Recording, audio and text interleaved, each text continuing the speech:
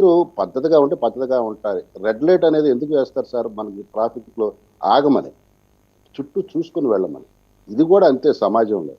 ఆ రోజు యువగళం యాత్ర చేస్తున్నంత కాలం లోకేష్ గారికి తన కార్యకర్తల నుంచి ప్రతి నియోజకవర్గం వచ్చిన ఫీడ్‌బ్యాక్ వల్ల వారు ఎంత దెబ్బతిన్నారనేది ఆయన వారికి చెప్పడం వల్ల ఆయన అయన్నీ పొందుపరుచుకున్నాడు. ఎవరెవరు ఏ నేరాలు చేశారో, ఎవరెవరు ఏ అక్రమాలు చేశారో అయి రాసుకున్నాడు. ఇక అది అక్కడికి వదిలేస్తే ఇంకొక విషయం ఏంటంటే మేము రాజ్యాంగబద్ధంగా ఈ చట్టపరంగా పోతున్న చాలా మందికి కోర్టులోకెళ్ళి యాంటిసిపేటరీ బెయిల్ కూడా యేసుకునే అవకాశాలు ఇస్తున్నాం. వాళ్ళు యాంటిసిపేటరీ బెయిల్స్ పొందిన వాళ్ళు ఉన్నారు, పొందలేని వాళ్ళు ఉన్నారు. ఉదాహరణ చెప్తాను. వల్లభనేని వంశీ. అతనికి హైకోర్టు కూడా చక్కగా రిలాక్సేషన్ ఇచ్చింది ఒక అనుకూలంగా. కానీ అతను చేసుకున్న ఒక పని వల్ల అతను ఇరుక్కున్నాడు. పూర్తిగా ఇరుక్కుపోయాడు. కాబట్టి ఇక్కడ మేము ఎవ్వరికి కూడాను హై హ్యాండెడ్‌గా తెల్లవారేలి గోడలు దూకి తీసుకెళ్ళి అతను ఆపరేషన్ చేసుకున్నా గాని తీసుకురావట్లేదు.